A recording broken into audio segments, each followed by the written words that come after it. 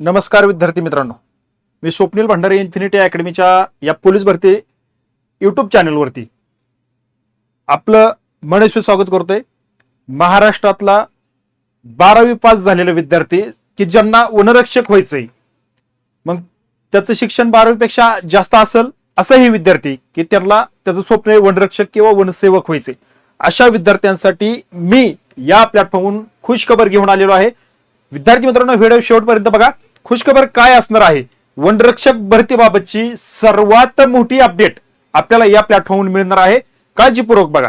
चला विद्यार्थी मित्रांनो, चला आपण ही अपडेट बघूया। तत्पूर्वी इन्फिनिटी अकॅडमीच्या प्लॅटफॉर्मवरती वनरक्षकची एक रेकॉर्डेड बॅच या ठिकाणी आपण देत आहोत विद्यार्थ्यांना 50% डिस्काउंट वरती, फक्त 599 रुपयाला ही बॅच या ठिकाणी देत आहोत।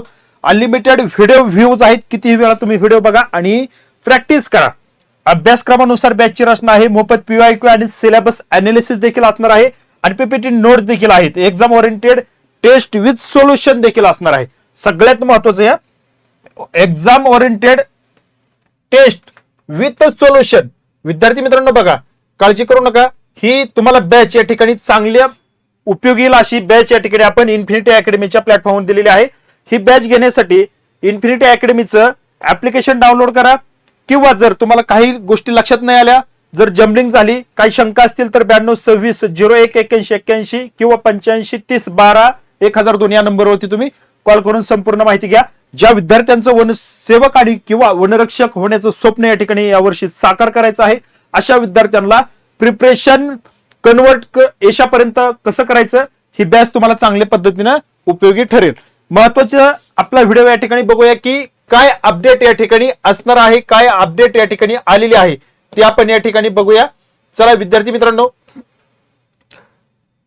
वनरक्षक ज्या विद्यार्थ्यांना व्हायचं आहे आणि ज्या विद्यार्थ्यांना या ठिकाणी वनसेवक किंवा वनरक्षक अभ्यास करत आहेत, अशा विद्यार्थ्यांसाठी ही महत्वाची अपडेट असणार आहे। प्रशासकीय अधिकारी यांची विविध विषयावरती आढावा बैठक या ठिकाणी बोलवली आहे आणि हे 6/7/2026 नागपूरचं या ठिकाणी आपल्याला हे पाहायला मिळतंय हे लेटर। तर यामध्ये मुख्य वन संरक्षक आणि वनरक्षक सर्वांसाठी दिले बघा बघा जे काही विभाग आहेत त्यांच्यासाठी। यामध्ये सगळ्यात महत्वाचा मुद्दा बघा, अप्पर मुख्य वन संरक्षक प्रशासन दुय्यम संवर्ग महाराष्ट्र राज्य नागपूर यांच्या अध्यक्षतेखाली मुख्य वन संरक्षक कार्यालयातील प्रशासकीय अधिकाऱ्यांची खालील विषयावर 16/7/2026 रोजी सकाळी 11 वाजता आभासी आढावा बैठक आयोजित केलेली आहे। किती तारखेला? 16 जुलै 2026 रोजी सकाळी 11 वाजता आभासी पद्धतीने या ठिकाणी आढावा बैठक आयोजित केलेली आहे। आणि यामध्ये पहिला विषय काय आहे? वनरक्षक भरती प्रक्रिया 2026च्या अनुषंगाने मागणी पत्र या कार्यालयात सादर करायचे।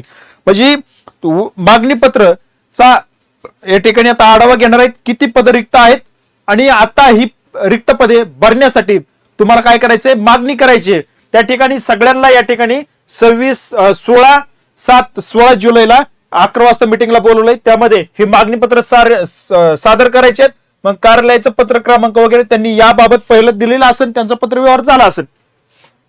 दुसरे जे आहे ती सर्वेक्षक व इतर पदांची भरती प्रक्रियाच्या अनुषंगाने त्याबाबत देखील मागणी पत्र सादर करायचे आहेत। म्हणजे प्रादेशिक निवड समितीच्या कक्षेमध्ये येणारी जी काही पद आहेत, मग त्यामध्ये सर्वेक्षक आणि इतर पद दुसरी असतील, लिपिक असेल किंवा त्या बाबतीत जे काय ते कार्यालयातील पद असतील ती दुसरी असतील, तर त्या पदांचा देखील मागणी पत्र ह्या कार्यालयात सादर करायचे। म्हणजे एकदम जवळ येऊन ठेपलेला हा विषय या ठिकाणी भरतीचा वनरक्षकचा आहे।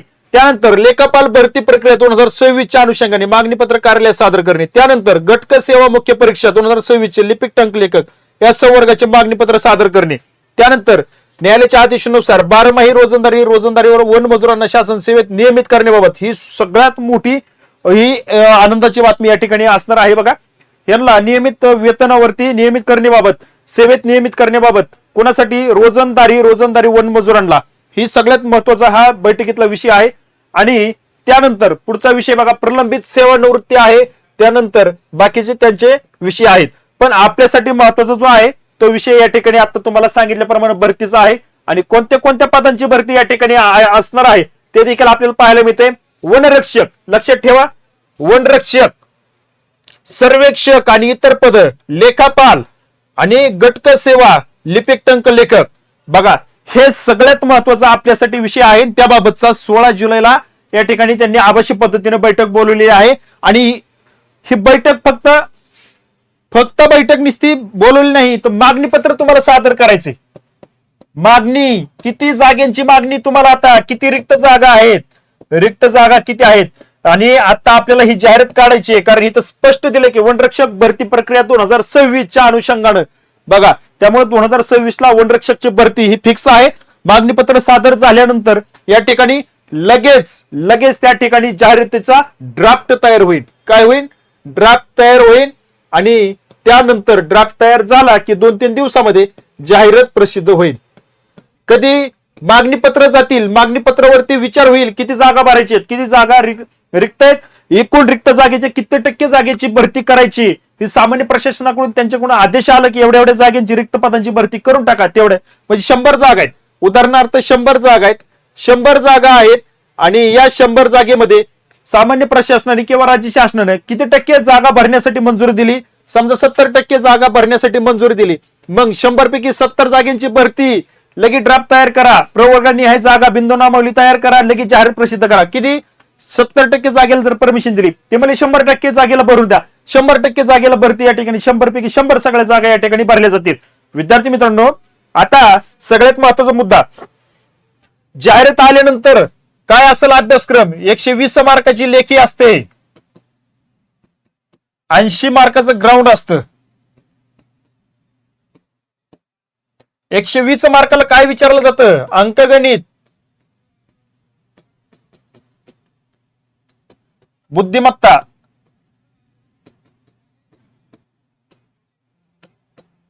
हा विषय मी का सांगतोय तुम्हाला?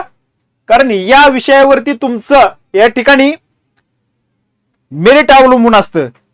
ज्या विद्यार्थ्याचा हा विषय स्ट्रॉंग असेल अशा विद्यार्थ्याला या ठिकाणी या परीक्षेत लेखी क्रॉस करता येते, काढता येते आणि ग्राउंडला तुम्ही क्वालिफाय होता.